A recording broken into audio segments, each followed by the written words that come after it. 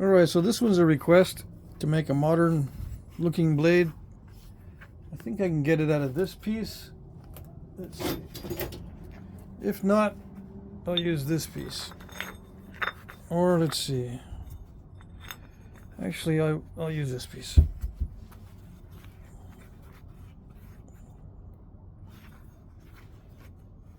Yeah. It's going to need to be kind of long, so I'll have to use this one. 7.5.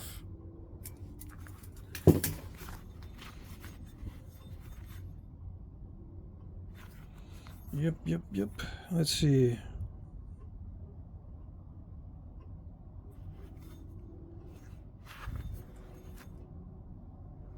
I'm trying to figure out which is the best way to do this.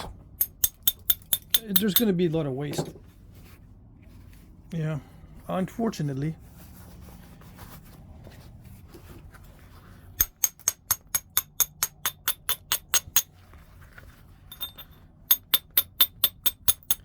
But I was looking for something interesting to make, so I couldn't think of anything that I haven't done already that I would consider interesting. So I'll just do a request.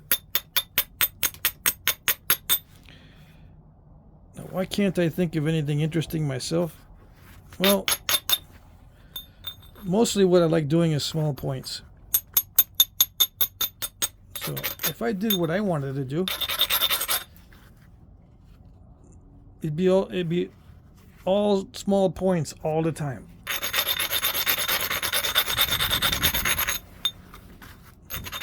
Yeah.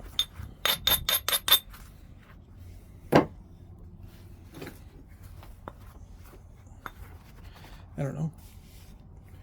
Maybe that'll work. I don't know. We'll see.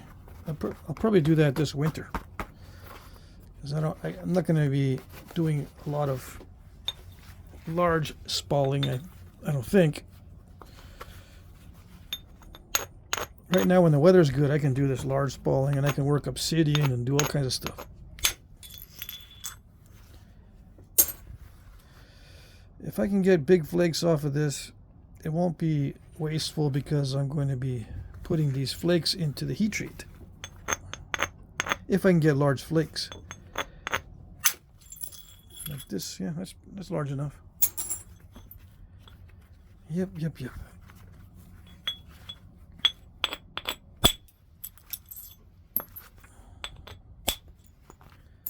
I'm gonna leave the handle area kind of thick.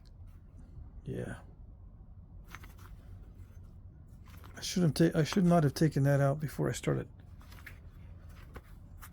cleaning this up. Yeah. I shouldn't have removed anything from near the middle until I clear off this cortex and stuff. Yeah.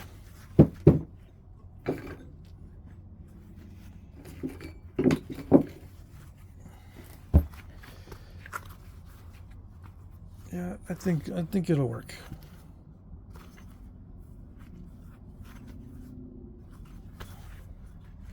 We shall see. I just figured out something on my camera too. Let's see. See, I can zoom even further out. Yeah. I usually have it on this setting. I didn't even know. It shows you how tech savvy I am. But yeah, I like it zoomed in. Yep. So I can see what I did during the video, and you can see what I did during the video. Yeah.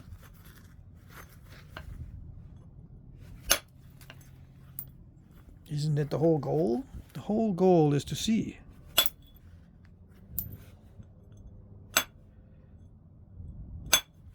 Now, since this is going to be a modern blade, I can take some liberties with it, right? I can do stuff on it that they didn't do back in the day. Like what, you might ask? I can make one edge a lot thicker than the other one. I didn't see too many one-sided blades back in the day. There were, for the most part, double-sided blades. I can make this top side completely dull and thick, and this side sharp.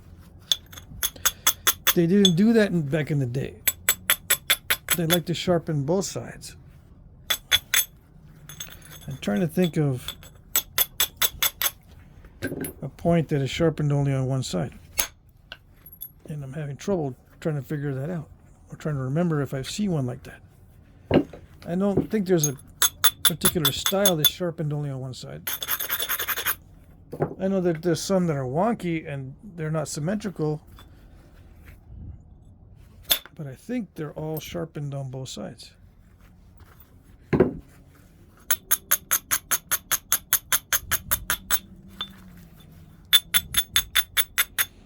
So if you want to come up with something original that was not made back in the day, you just do one-sided blades, sharpened only on one side.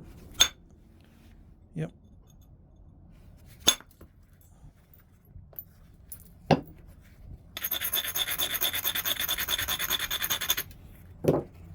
Problem solved.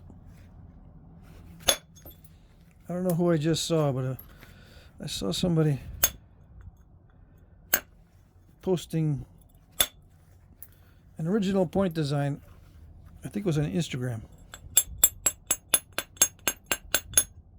Yeah, it's original. But all you gotta do to be original is just make a one-sided blade. Yeah.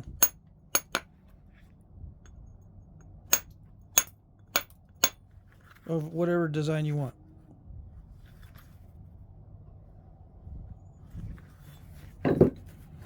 Get creative with the outline. If you want.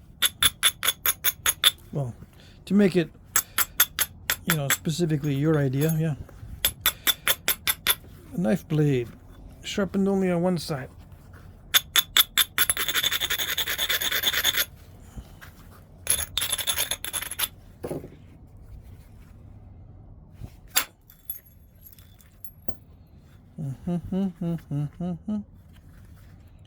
Let me see. So yeah, this is going to take a while. Maybe not as long as a Danish dagger, but it'll take a little while to do this one.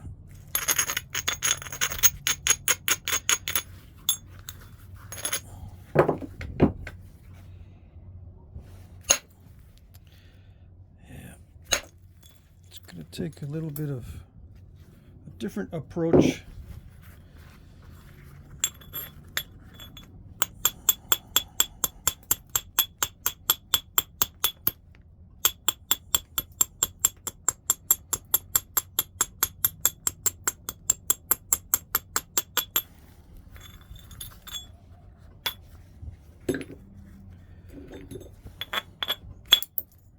I knew it.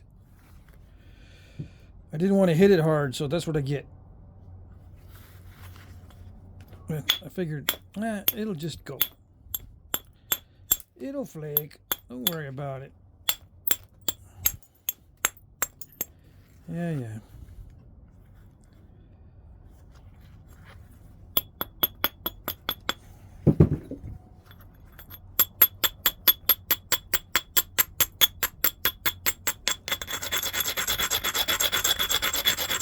Now I gotta do damage control. Yeah. As usual.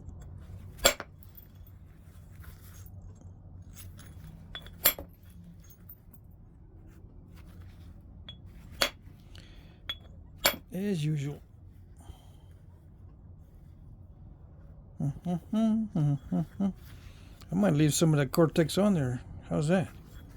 How's that for original? How's that for different? Yeah.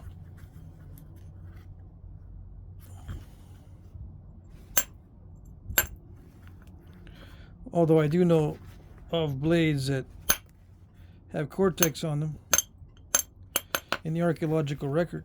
There are some with cortex, but not many. And especially not a specific point type, I don't think. I've seen specific point types with cortex on the very end. You know, it's a common feature on certain specific point types, but not in the middle as a common feature, I don't think.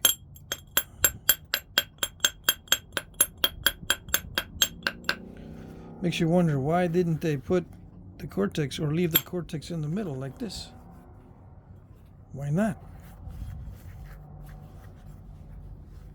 Still got a sharp edge to it. What's the problem? The world may never know.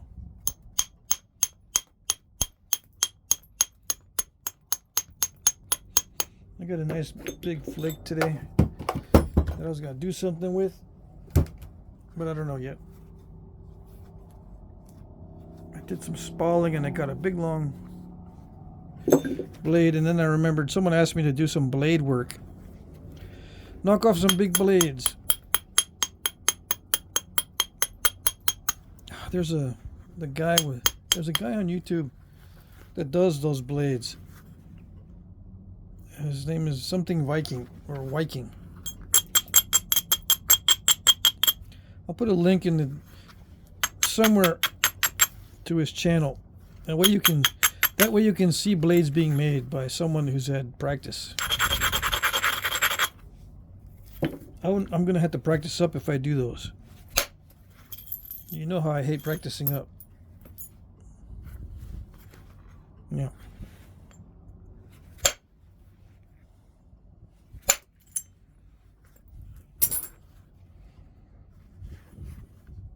Oh, I do. I don't enjoy it. No.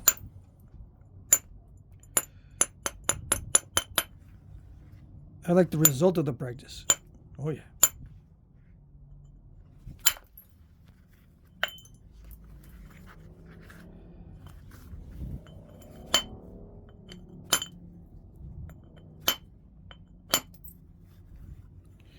Yeah, once in a while I get a motivational speaker in my feed on Instagram or something. They're spouting their philosophies.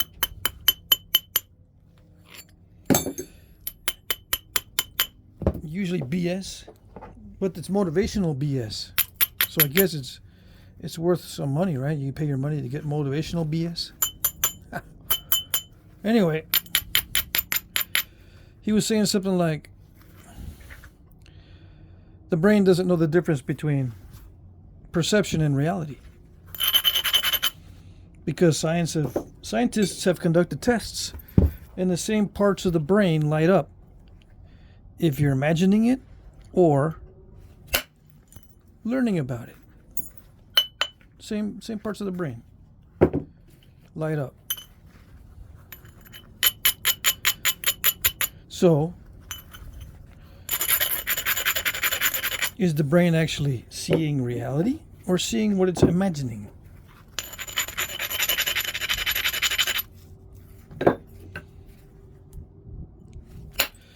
The problem with that is,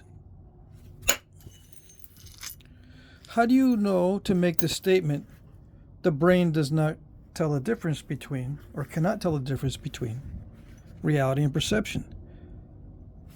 How do you know to make a statement like that? Is that a statement of reality, or is that a statement of your perception of reality? The statement that the brain cannot distinguish between reality and perception obviously is a statement of reality. But how do you know it's not perception, that statement? See, this is a common problem philosophers have. They deny something, but then they use it as if it exists.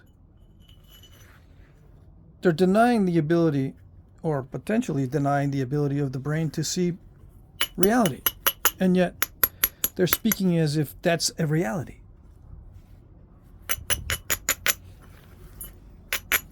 It's a reality that your brain can't distinguish what's reality. Well, if it can't distinguish what's reality, then why are you saying it's a reality that it can't distinguish it? You having the same mental block or some kind of weird mental conundrum that most philosophers have. You can't use what you're denying.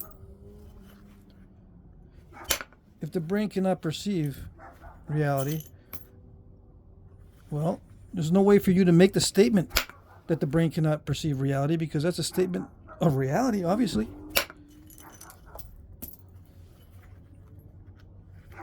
Brain cannot perceive reality. That's the reality. Well, it can't perceive reality, so you can't make that statement.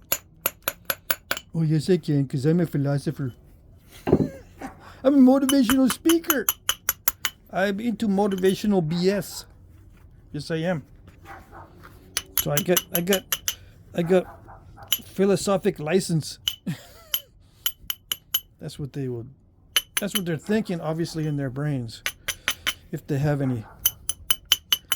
If they have more than two to rub together. Yeah. Anyway.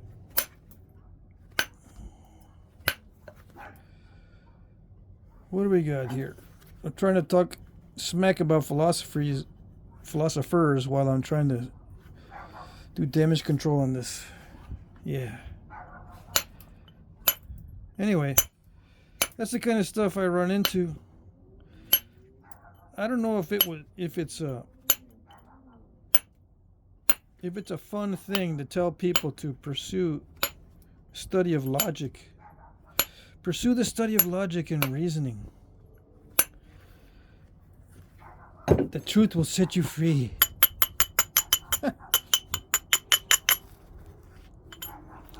Well, there's a lot of insane people that are working very hard to make sure that the truth puts you in jail.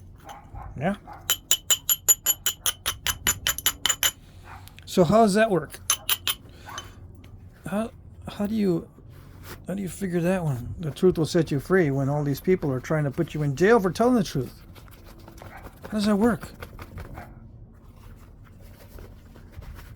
Yeah. I'm not going to mention any specifics. I'm sure my audience can come up with many examples. Anyway, is it worth it to pursue an understanding of logic and how to conduct yourself in a scientific way? Is it worth it? Because no one else seems to be doing it. You can't carry on a conversation with people because they're not into logic. They like to talk about things that don't exist, but then they're using it in their argument. Yeah. They don't know. It's not their fault. They didn't study logic. They don't know all the fallacies or how to be consistent. Yeah, their mama didn't teach them logic. My mom didn't teach me logic. I didn't learn logic until I got into college. And then I said, where have you guys been? This is the first thing I should have learned in school. I should have learned logic. The first thing. Yeah.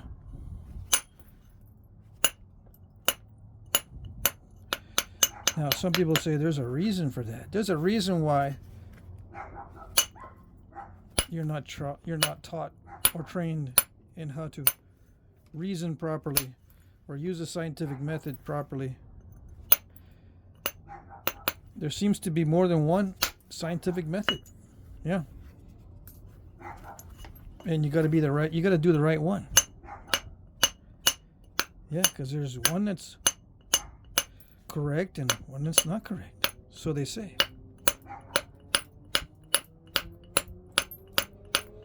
Well, it's true. There is one that's correct and one that's not correct, but it's not the one that they say. They being the unmentionables that we will not talk about.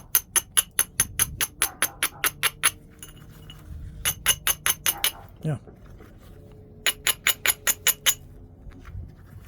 Gotta be careful. Can't talk about the unmentionables. And I'm not talking about flint knappers in this case. I'm talking about people in general. There's a certain type of person that you can't be mentioning because your life will become very miserable.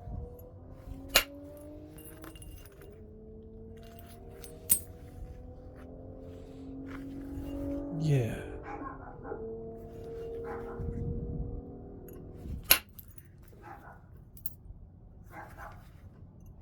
Excuse me while I do this damage control stuff. All right.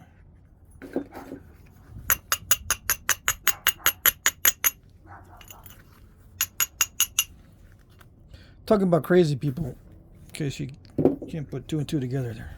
It's okay. It's okay.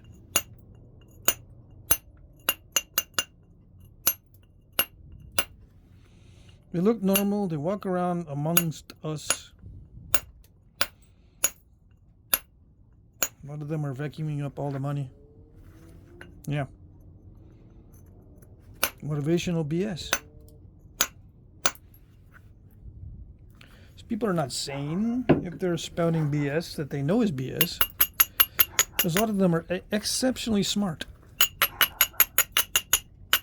They know that if they talk about something that they're denying, then they're committing a fallacy. They know that. They don't care. It's motivational. Yeah. Motivation is more important.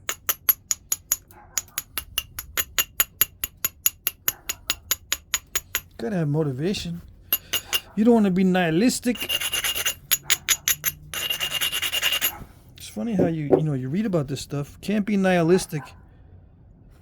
But they never mention humor. What about humor? The importance of humor.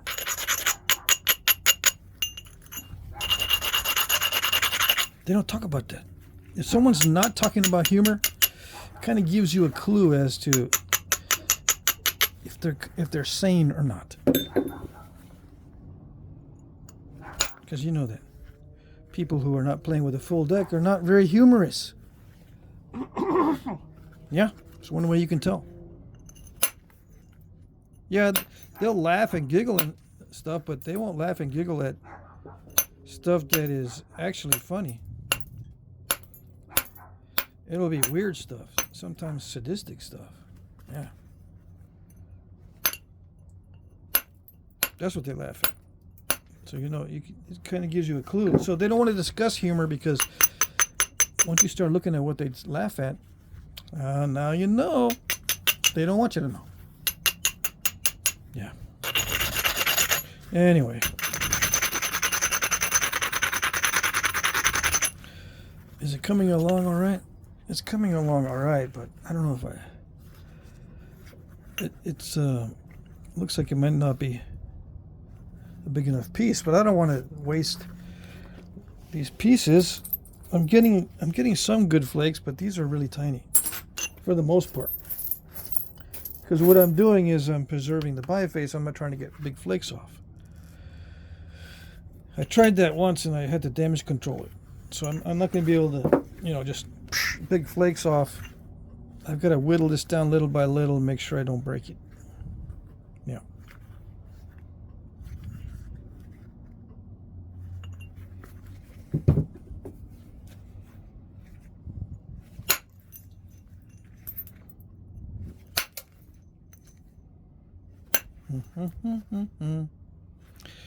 All right, so let's see if I can trim this. I've already ground it a lot.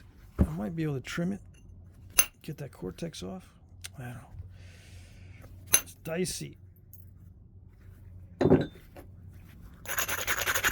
See, that's a deep pocket. I have to trim a lot of that off, so that's why I left a lot here, because I might have to come way down. Maybe. We'll see.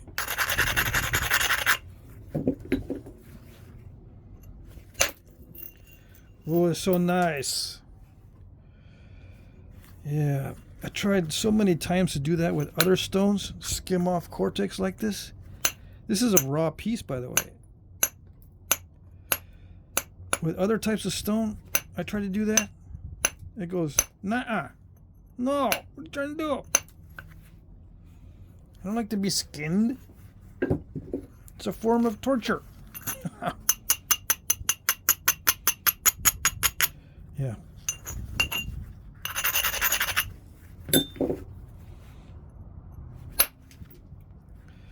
If the stone could talk, yeah, it would not want to be skinned.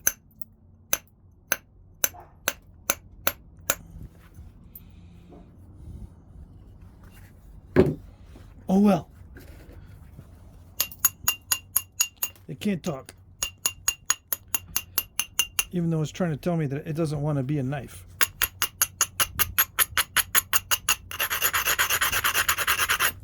It doesn't want to be. No, no, no. But it doesn't have much choice now, does it? I've been doing this for a long time. I know all the tricks that the stone tries to pull on you. All the tricks that it tries to trick me with. Yeah. I know. I don't know all of them, but I know a lot of tricks that it tries.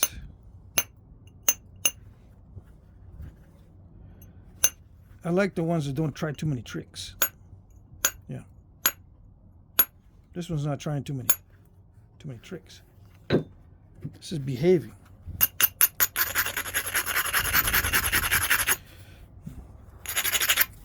For now. I'm not going to get my hopes up.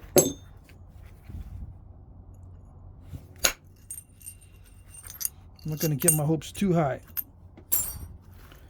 Nope. If I do, you know what happens. Oh yes, you know. Yeah, I said that a lot of you guys are not nappers. A lot of you guys are nappers though. I've been looking at my analytics and they're slowly changing over time. I'm getting more returning subscribers now than new people. New people are now not the majority.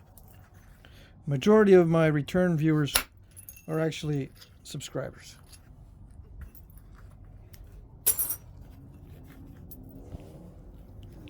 So that's good. And I think it's because I've been posting regular content. Or more regular than before. Yeah. Trouble is I get less money per view when there's a lot of views. I don't know why that is.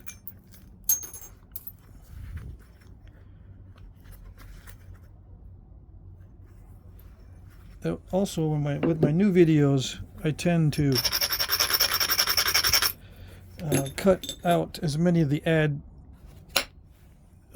as many placements of the ads as possible. So I only allow ads in the beginning or the end. I don't allow those mid-roll ads anymore. You can still see them on some of my old videos because I haven't gone back and corrected that issue yet with the older ones. But eventually I'll get around to making sure that you're not seeing mid-roll ads in the middle of the video, because those are annoying as heck. Yeah. Anyway, I think that reduces my revenue, but it's okay. I don't like mid-roll ads. I think they are distracting and all that stuff.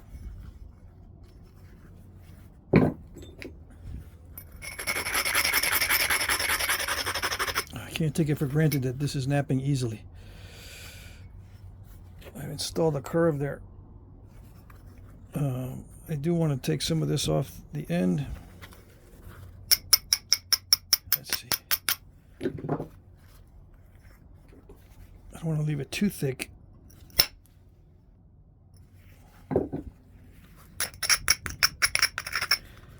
But it flaked a little bit too well. Yeah.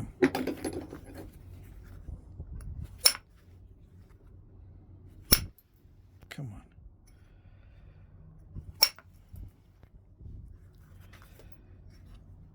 It's gonna make me hit it really hard. Dang it.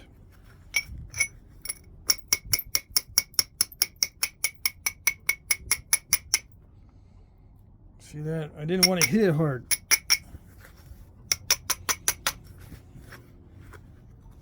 That's what I get.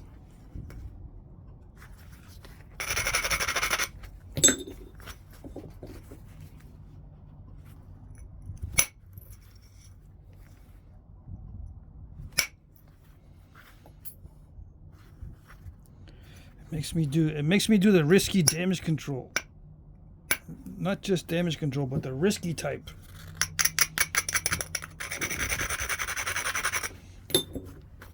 Yeah. You flint-knap long enough and you know what type is risky and you avoid it. And then the flaws end up in your avoidance zones. Yeah, that's just the way it goes. Yeah.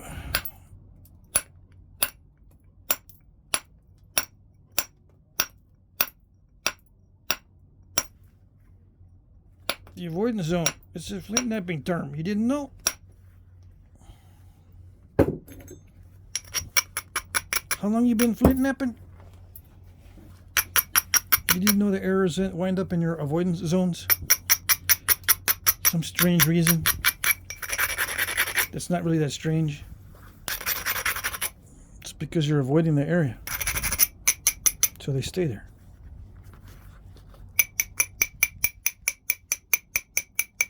Yeah. Simple. Don't need no motivational teacher to tell you that. Nope.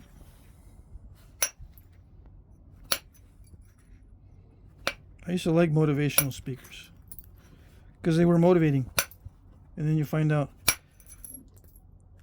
later it's just BS, man. Just BS. Nice sounding BS, and it helped me for about 2 weeks and maybe longer until I actually found out that it's just BS. Yeah. It just makes you feel better. That's it.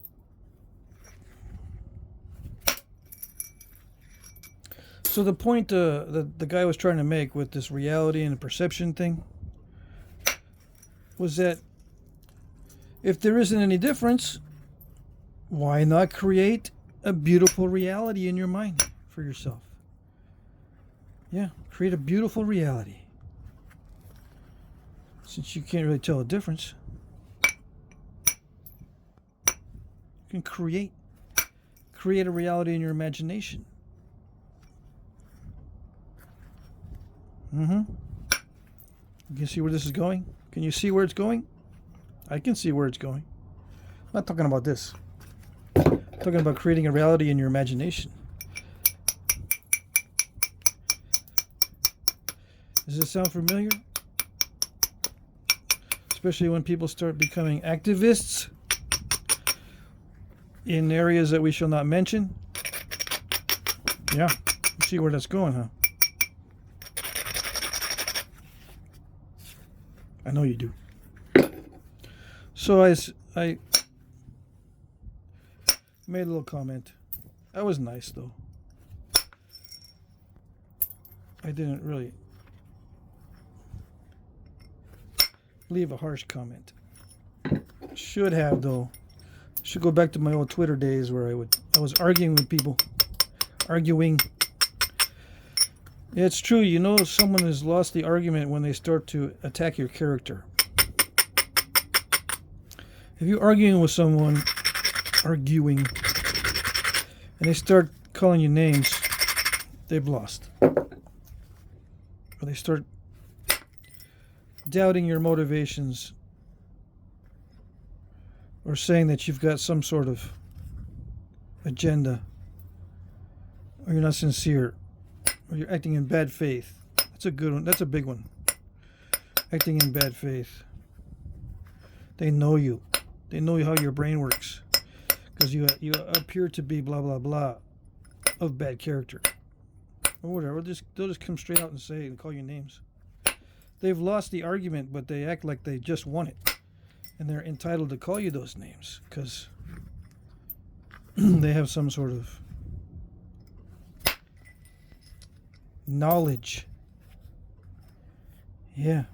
Can't deny it. They won't let you deny what they're accusing you of. Even though it would take a mind reader. They don't care. So yeah, I'd argue with those people to see how it would go. Where it would go. Where does it take us? Where do these arguments take us? Is it advancing society or humanity? What is it doing? You know, in science, if you argue, it actually advances science. If you question what's going on and you start to argue and bring forth exceptions, and you advance science that way. But Twitter doesn't advance that way. Oh no. If only social media would advance through criticism, it'd be a totally different ballgame. No, criticism starts a forest fire, basically, in social media. And there's all kinds of firefighters that come out and try to put out the criticism. And they act like sanctimonious first responders, trying to put out this criticism fires. You didn't notice? I'm just trying to make it more visual. Put into like a visual perspective. All these anti-criticizers trying to put out the criticism fires, which is valid in some cases, of course. You know, you can actually be malicious with your criticism, and you can put those out. Put those people out of business. Because there are people who abuse the concept of criticism and then come up with stuff that'll make you feel bad. And then they'll say, well, you use criticism. I'm just doing what you do. Yeah. I'm just trying to be scientific.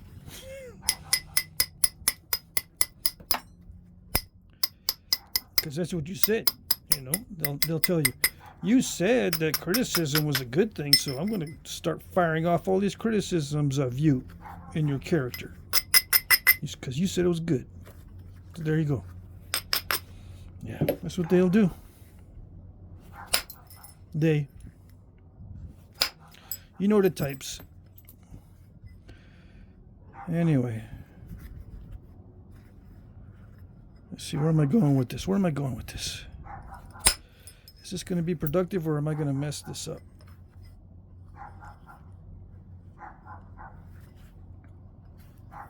I don't know. I got to make sure I don't get the middle too thin. I got to make sure I don't do that again. Which means I need to be cognizant of how long these flakes can go. See, they're supposed to go that long, right? But if they stop, which is often the case, can mess up your whole day. So I can't be depending on the maximum length of the flake. You know, this flake went to there. I thought this flake would go to there as well, but I can't depend on this maximum length of flake. See how wide it is right there? Yeah. So, let's see.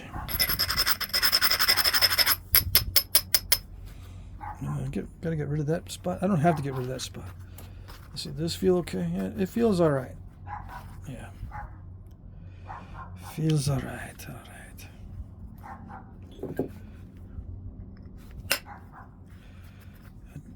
I kind of want to do some of this final shaping right now, but it's getting to the point where I don't need to thin it too much anymore.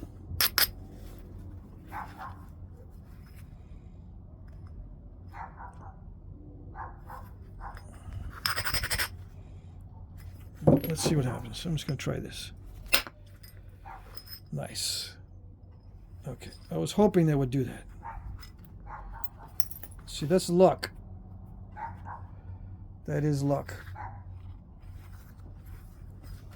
Hoping for some luck there, and I got it. Now I'm not going to push my luck. I probably cannot do that more than once. There it is. Yeah. That almost took that off. Dang it. It's not a step fracture. It's not a bad step fracture.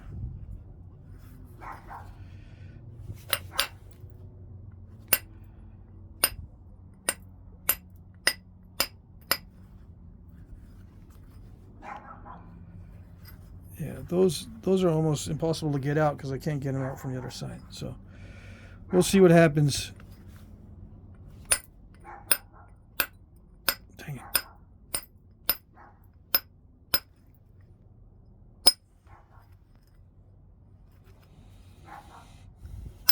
One of my dogs is going nuts, all bonkers over there.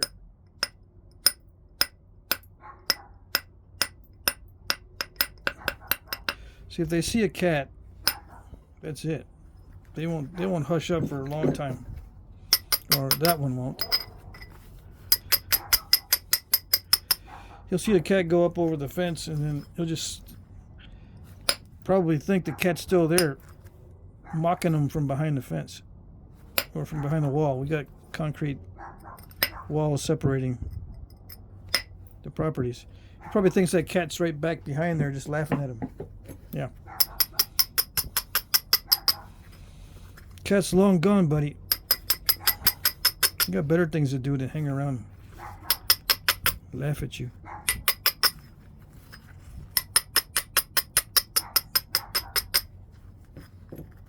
Most likely. You never know. Cat could be back there snickering. Could be sitting in a tree just going, "You can't reach me because you're dumb. You can't climb a tree. You're the dumbest cat I've ever seen."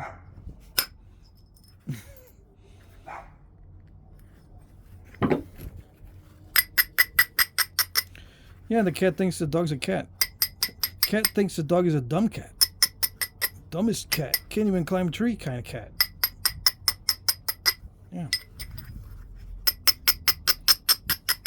You don't know what a cat thinks. I can make it up. I can say stuff like that. You can't say it's not true. No. Because you don't know. Think you know. You don't know how the cat sees a dog. So, I can take advantage of that you don't know. Just like they do on Twitter. Yeah, that's another thing I learned on Twitter. Yeah, you learn all kinds of good stuff. Very useful stuff in life. Yeah, that's sarcasm. Yep. Sarcasm. They don't, a lot of people on social media, they don't like sarcasm. But it's kind of fun because the AI doesn't understand it. It doesn't understand parody either. The AI, you can mess with the AI.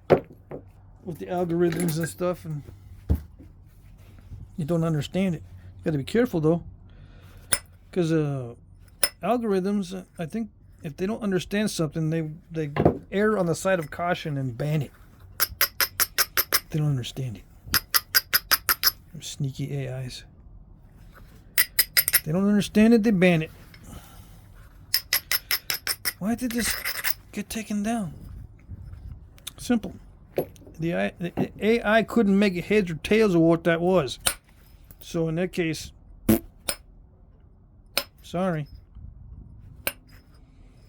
Yeah, but it's not fair, dude. Yeah, well, he works for cheap. So there. It's my worker. My AI worker. Works for cheap. You just got to put up with it. Yeah. I don't got to feed him either. So much better than you are.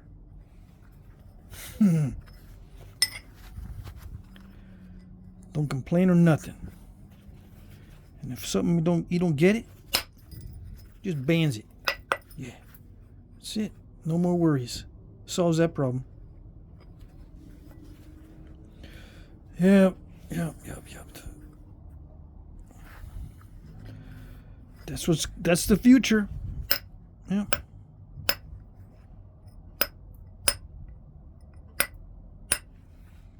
Future's so bright I gotta wear shades. That was before AI. That song came out before AI came out. Now the future's so bright that gotta wear a gas mask. Yeah.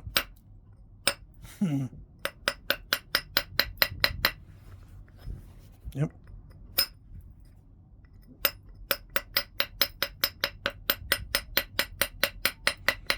I remember when it looked like the technology was going to bring a better, brighter future. I remember that. Everyone was so happy. Amazing how happy people got. Oh, yes. You never seen so many happy people. Everyone was getting technologized. Technology was so great. All these gadgets. All these conveniences now. Yeah, you can wear watches that tell you how to eat right. Supposedly.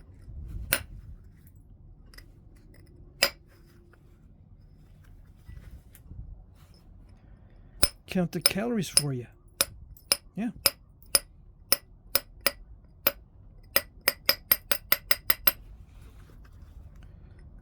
Count your heartbeats and your footsteps. So great.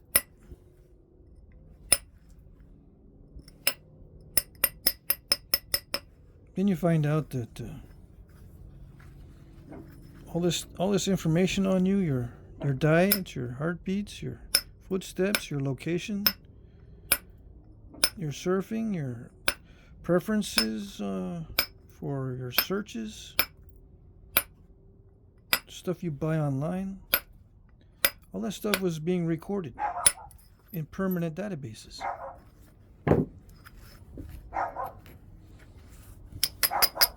Yeah.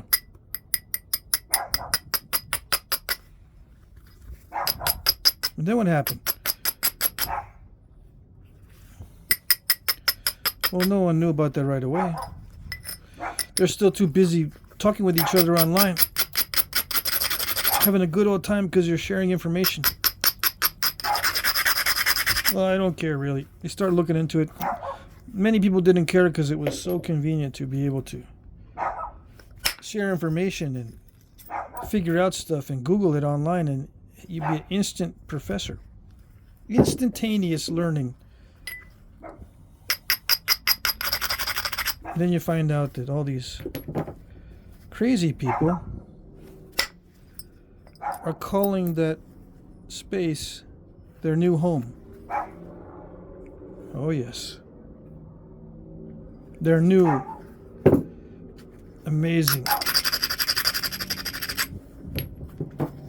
Any reality you can think of, home.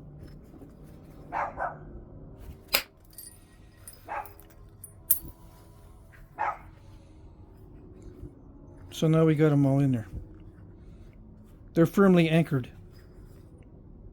Those people that make the internet their home, they're firmly entrenched, firmly anchored, and that's it. You gotta live with them now. They snuck in there, right under our noses, under all the happy noses.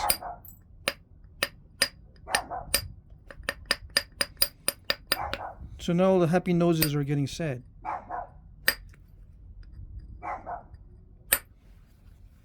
Because they know how to make you feel bad. They know how to make you feel bad.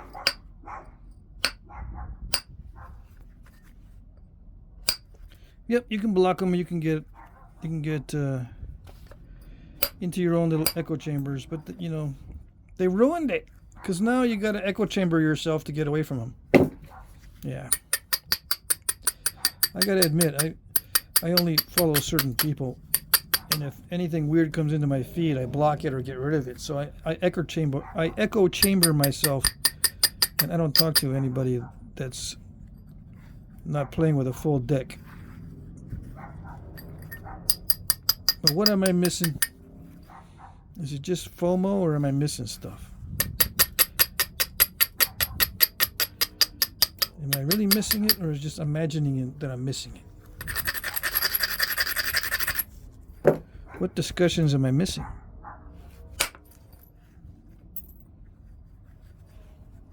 I don't know.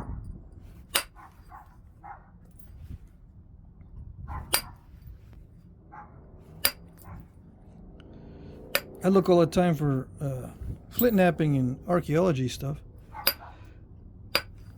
It seems like those discussions are progressing. They're progressing at a snail's pace, but they're still there.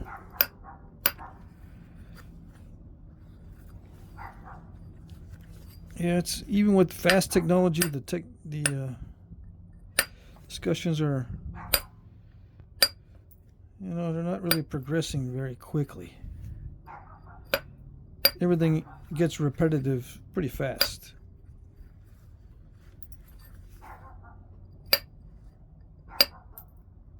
The sign that you've learned pretty much what you need to learn is that things start becoming repetitive. You hear the same things over and over and over and over again.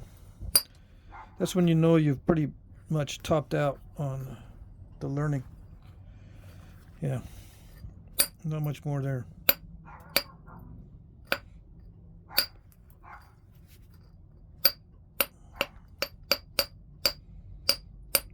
Certain themes in archaeology they keep repeating and repeating. What are those, you might say? Well, I don't know if it's a theme, but one thing that keeps repeating that shouldn't be repeated is that they talk about consensus among researchers. The consensus is this, the consensus is that. They shouldn't be talking about consensus because it slows things down. Once you have a consensus, there's a resistance to new information. Because any new information is outside the consensus, so they don't want to hear it. Or they consider it weak. It's not part of the consensus, it's weak. Yeah, but it's new information. Yeah, but it's weak because there's not enough. There's not enough redundancy. But that's not how science works. Yeah, it does, but if it's a consensus-based science. Yeah, it's consensus-based science these days. And that particular thing is getting redundant. I've seen that over and over and over. I shouldn't be seeing that, but I'm seeing it. It's not really what I was talking about before.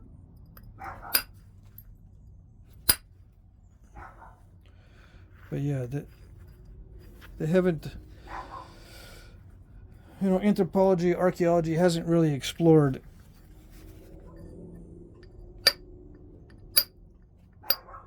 other uses for stone tools besides hunting and warfare and agriculture.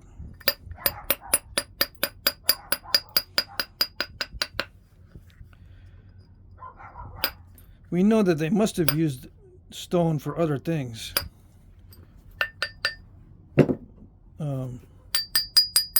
Musical instruments for one thing.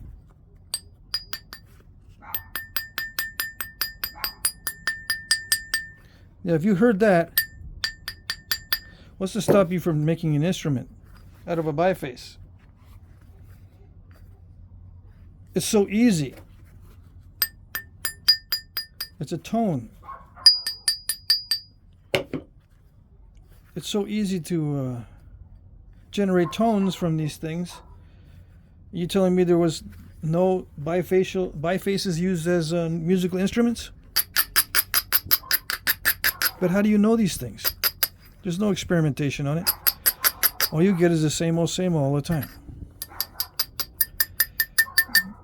The date of this tool is such and such, and it appears to be a scraper, or it appears to be a knife. Okay, yeah, I know. It appears to be a scraper or a knife, but there are other uses for bifaces. produce tones. Just as an example, that's one example. What's another example? Money. It's used for money. You might think, or there's a consensus that money is a new thing. No, money's not a new thing. Money is not a new thing. Money is as old as authoritarianism, and authoritarianism is very, very old. You can tell everyone I said that. Yeah, money is as old as authoritarianism because it is. It's one of the foundations of authoritarianism, because if you control the money, guess what? You control everything. So once you understand that, you immediately seize the means of creating money. As soon as you know that money will control everything, you seize the means of making the money. That's the authoritarians.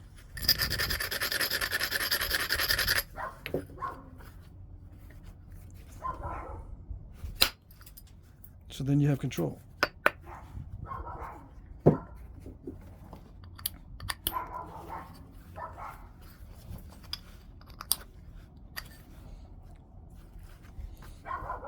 So how old is control? Well, with humans, it's one of the things that made us human. The ability to control.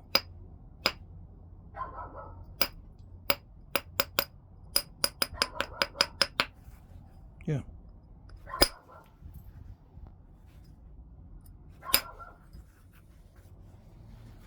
Now, were the actual makers of the tools the ones that were getting the benefit of the money, the value of the stones, the ones that are making these stone tools, or are they the ones getting the value?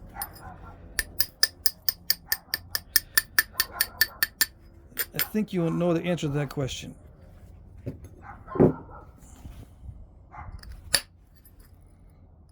The answer is no. Why? Because many of these craftsmen are not power-minded, and they become convinced that if they were to do their best, maybe the powers that be would shine brightly upon them, so to speak, and they would do works for people that were in power.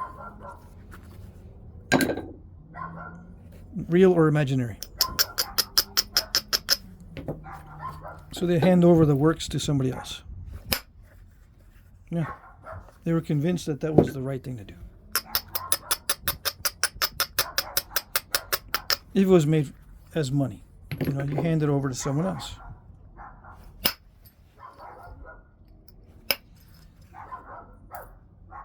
Someone who was responsible for your safety and security. How's that?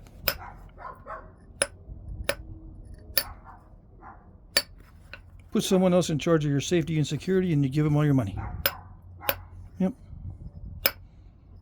That's as old as the stone tools themselves.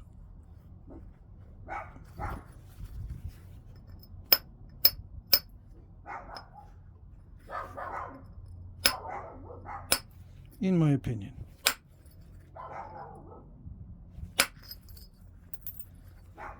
Anyway.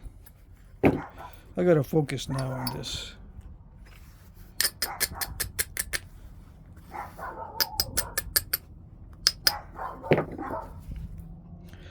Those dogs are driving me nuts.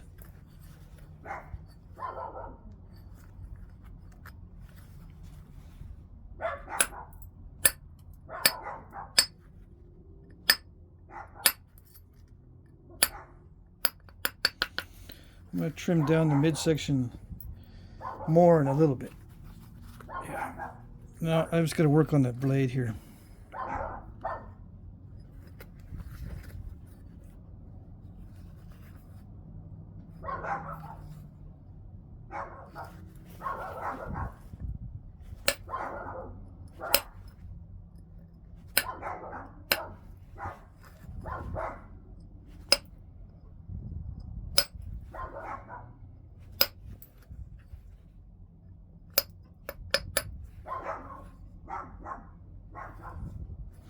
I was going to make it thicker on the top, but it's so much more difficult to do that when you're trying to do damage control along the surface. It's difficult to keep this area thick because you want to run flakes off of it. Yeah. Now, I need to get rid of this lump, but I don't know if there's a good strategy. I think I can see an opportunity, but it requires losing some width.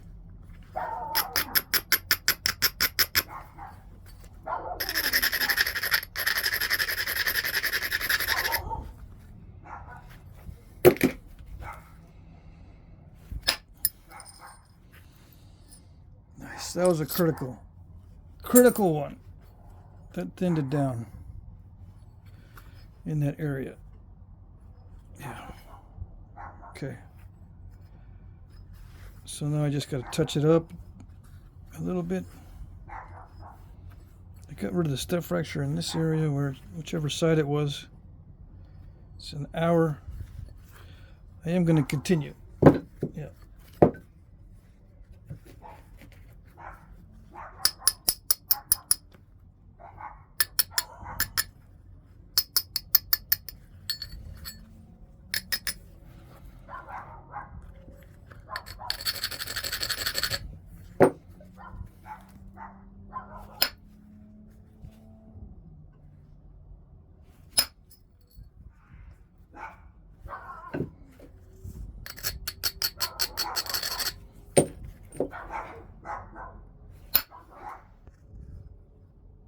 Not like that. See that? Don't do that at home, boys and girls. Although I know that's what you do. Try not to do that. Dang it.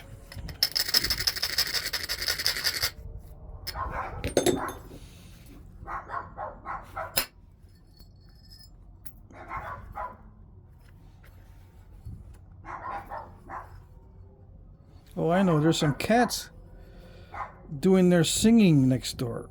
That's what it is. Yep, I can hear them. Cats are singing next door.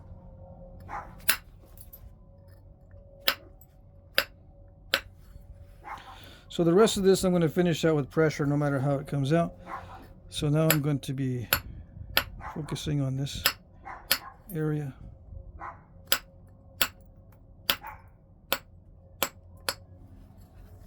Because it's going to get weak. It's going to get weak right there.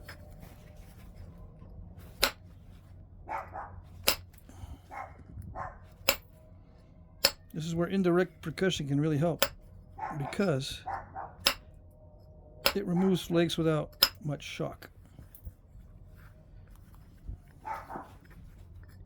If you're snappy with it. If you're slow, it's going to shock the piece. Yeah. Now, why am I doing percussion when I could be doing this with pressure? Because I can. Yeah. It's the only reason. Otherwise, I'd be doing it with pressure if I wasn't sure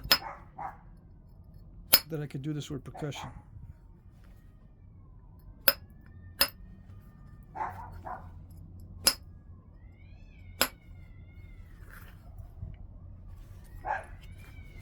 Now, I don't want to put too much of a curve in that because it's not comfortable with a sharp point right there.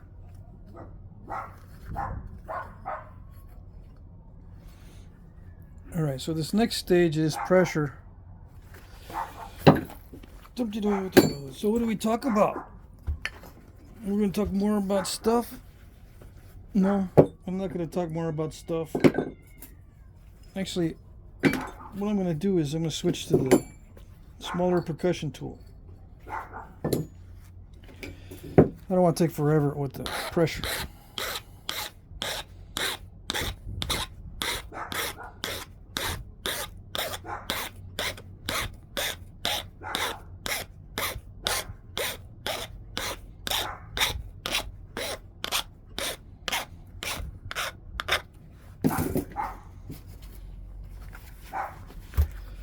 Okay. And what I'm concerned about is that the tip area here looks a little wonky. I don't know.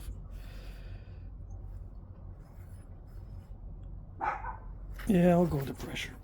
It's too risky to do the percussion, even though I say I can remove flakes without knowing what's happening. It is kind of risky.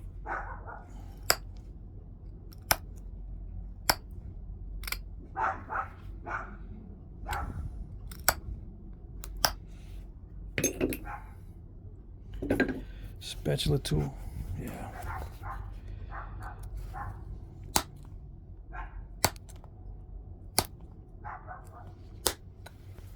Besides, it's more of an Ishii stick. I can get some leverage. Get some leverage on it. I don't need the glove. Come on. And here we go. Are we cooking with gas?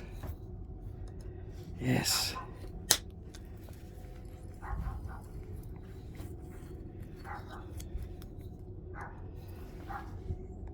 I got that expression from an old drafting instructor I used to have. When everyone was on the same sheet of music and the assignment was getting done, everyone was finishing up on the drawings, he would say, okay, now we're cooking with gas. Everyone's got it. Everyone's doing good.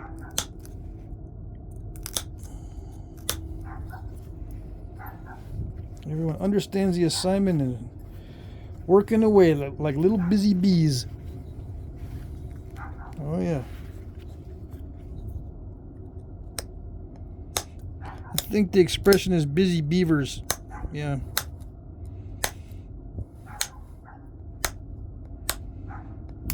Right? I think so. Bees are pretty busy though. If you ever watch them, they're always busy. You watch beavers, they're not always busy. Sometimes they're just sitting there. Yeah.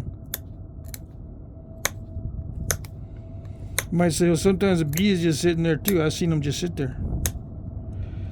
Yeah, but they're probably doing something. Standing guard. Cleaning themselves off. They're not just sitting there staring at the sunset. I've seen beavers just stare at things. Just sit there and stare. What is he doing there? Looks like he's just staring. He's got a 1,000-yard stare.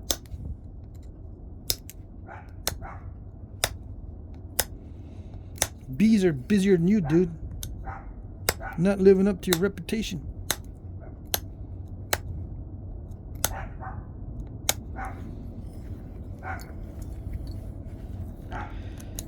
Yep.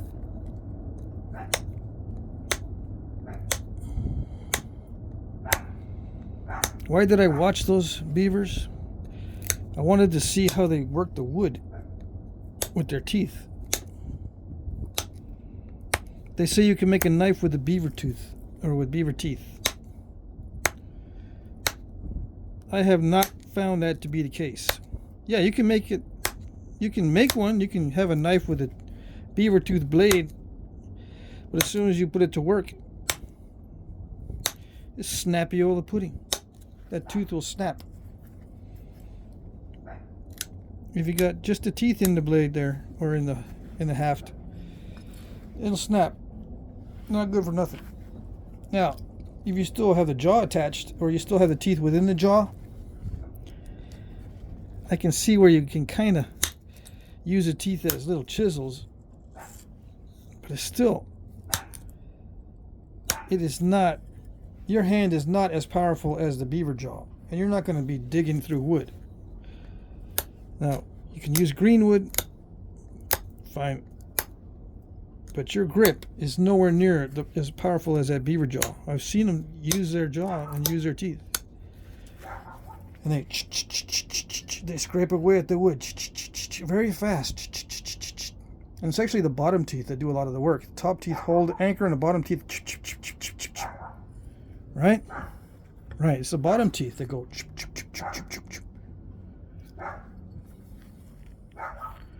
And they eat away at that wood fast, but those jaws are strong, much stronger than a human grip.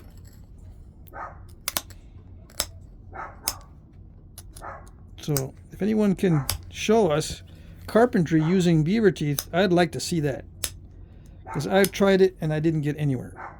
In fact, I broke the knife. I broke the teeth. They break like easy. I said, this is ridiculous.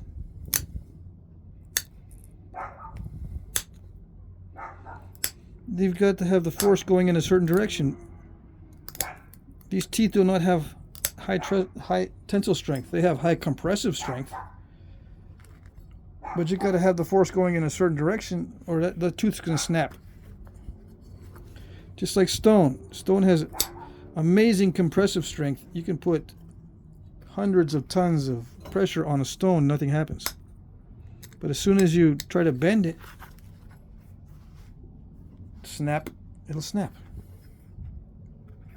You could put hundreds of tons of pressure on this stone and it won't do anything. You know, straight in, straight down through there. It won't do anything.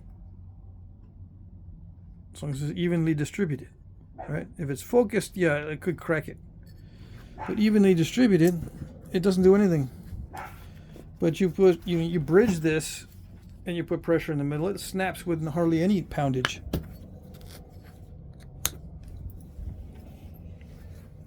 Yeah. So if you can devise a knife that can take advantage of the compression of the beaver teeth, yeah, I can see it. But if you're twisting the teeth in any way or using the side of the tooth, you're not going to get anywhere. Unless I'm missing something. Anyway, how do we get on that subject? Busy as a beaver, busy as a bee. Yeah. I'm as busy as a beaver with this. Once in a while I'll go off on a tangent. Start thinking of stuff. Not related. Go off into Strangeville. Yeah. All right, let me zoom out because I can't see anything. All right. So I can dig this in further. All right, should I dig it in further? I don't know. What do you mean dig it in further? I could make it more narrow here. I put like a, a little pommel, a little point down here. But it's not very comfortable unless you're gripping it in front of that, but then you have nothing in the front. I mean, I could take it down more, put a little point back here, to, remove this whole thing right there. That way my hand is in front of that point, but I'd rather have it like this so that the blade extends further out.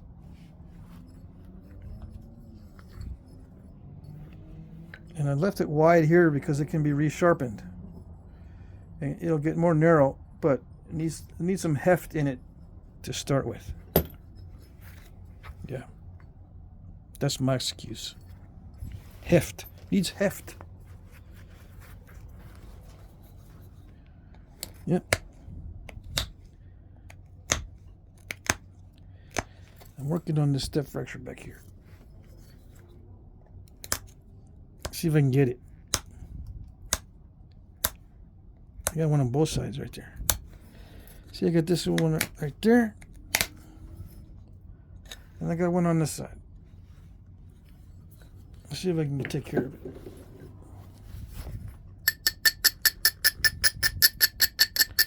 Probably don't need to.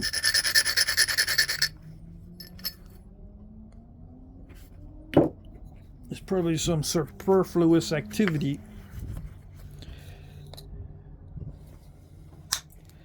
Superfluous persnicketiness Am I doing it? Come on.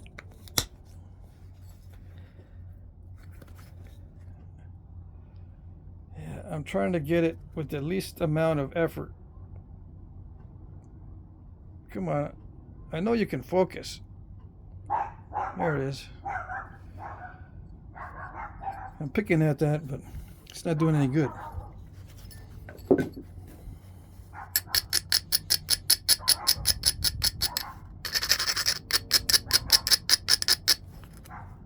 Those are one of those things that can get you into trouble. If you try to do too much, you snap the whole thing if you're banging on that and get distracted. Of course, that's never happened to me, so I'm just speculating. Yeah.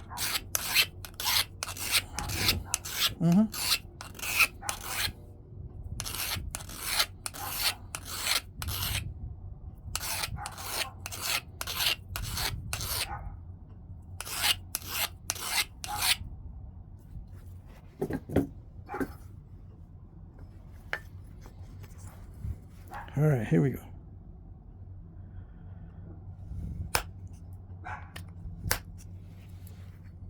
I cheated.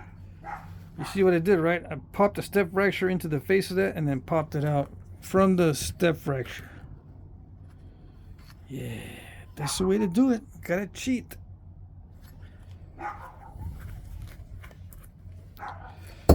Oh, not like that.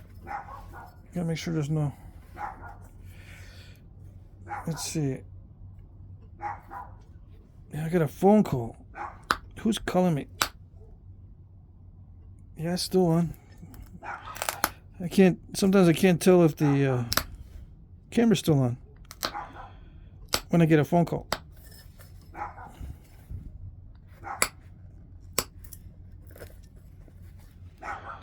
Anyway, let's see. I'm not going to answer it just yet. I don't have too much more to go on this. I could just stop here and say that's it and then work on it off camera. All I'm going to be doing on it is pressure flaking anyway. See, I got to fix that edge there. Make it more regular.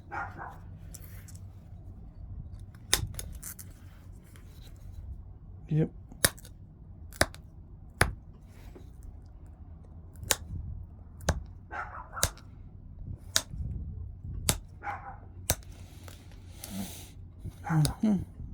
And it will be sharp, yeah. I think I might grind it down here. Up here I won't grind it. It's going to be double-edged. I can't bring myself to make a single-edged blade. It's got to be double-edged. I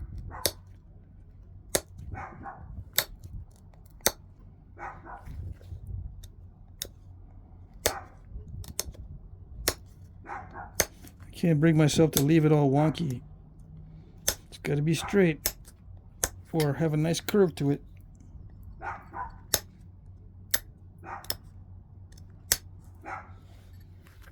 I could put a curve in the tip a little bit because I can need to pop out this thick spot.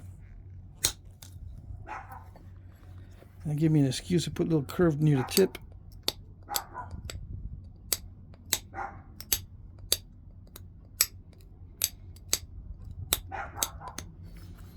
See that thick spot? Thick spot right here.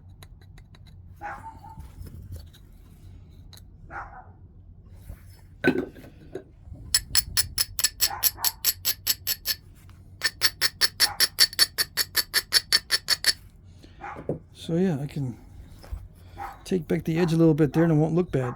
And then I'll get rid of the thick spot. Supposedly. Yeah. Dang it. It didn't do it.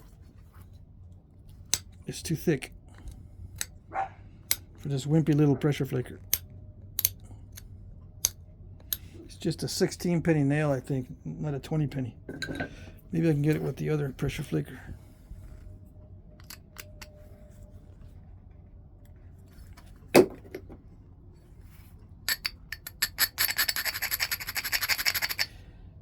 So this one's a 20 penny nail.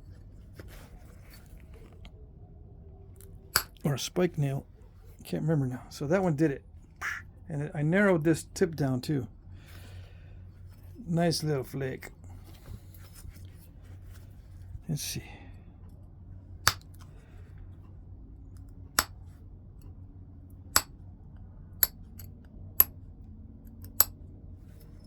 So nice. This stuff, even in the raw state, will nap nicely. Yep. A slight upturning of the tip. Never hurt nobody.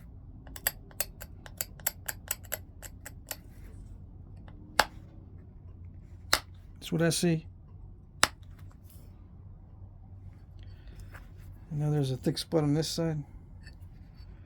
See if I can do a little bit of repair to get rid of that too.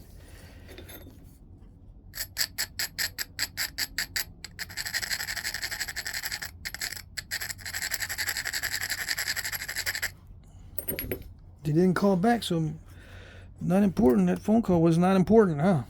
Well, we'll see. See if I get chewed out when I call back. Where were you? Like you don't know. You ask me like you don't know. Okay, well, blah, blah, blah, blah, blah. Give me a ride here or do this or that. Please. Yeah, okay. All right.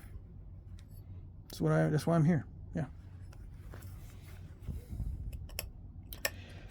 Yep. No problems, just as long as you let me finish my blade.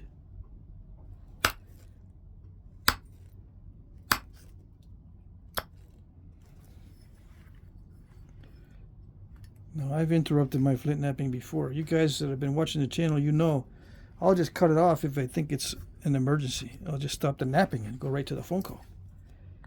I know I could tell that one was not an emergency, because I'm just out in the backyard. They would have come out here. Yeah. If it was important, they would have come right back out here. Are you there? Yeah, I'm here. Or they can hear me talking to myself on camera.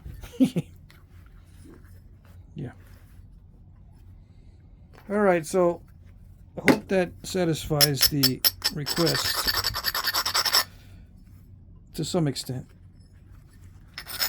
I made a modern knife in this kind of shape, inspired by another flint napper who I shall not name because you know how flint nappers are competitive, competing for the same audience. His initials are double D. Yeah. That's all I'm going to say, in case you're wondering. Double D made a small knife like this. I made a bigger version, and his is more chipped out in this area, but I don't think it's worth chipping it out in that area. I want it to be hefty in that area so it's strong, and so I can hold this part in my palm instead of grabbing the whole thing like this. I want to grab it like this. Yeah. Whoa. So there it is. Now, I was looking through the viewfinder when I caught that one. Yeah. Semi-translucent, modern shape. Sharp. I could get it sharper, but I don't want to mess with it. I'll mess with it off camera. I don't want to mess with it on camera because then I'll install a step fracture. It's so smooth and nice right now that I don't want to mess with it on camera. I'm lucky to have it that smooth, even though there's some bugaboos on there. I could grind it down more too, but I'm just going to leave it. It can be wrapped. Yeah. I could take a little bit more off and leave a little divot so when you wrap it, it doesn't come off. You know, if I leave a little indentation right there, we'll see what happens. I could take more of this off and leave a little indentation so that when you wrap it, that wrap does not come off the end. Yeah.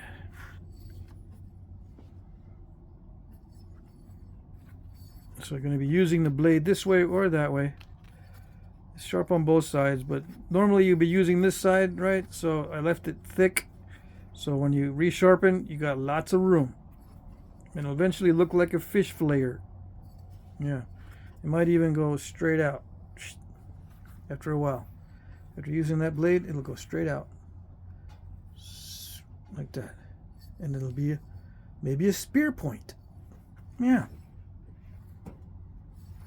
Yeah, because it'll be a long spear point, and it'll be right there. After you use up all this point and all this edge, it'll be a spear point. Yeah. All right. Let's see. There you go. I'm going to go to sleep now.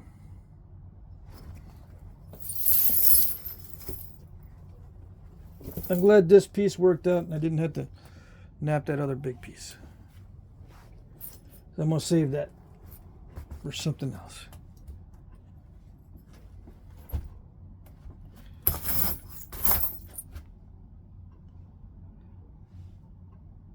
Alrighty.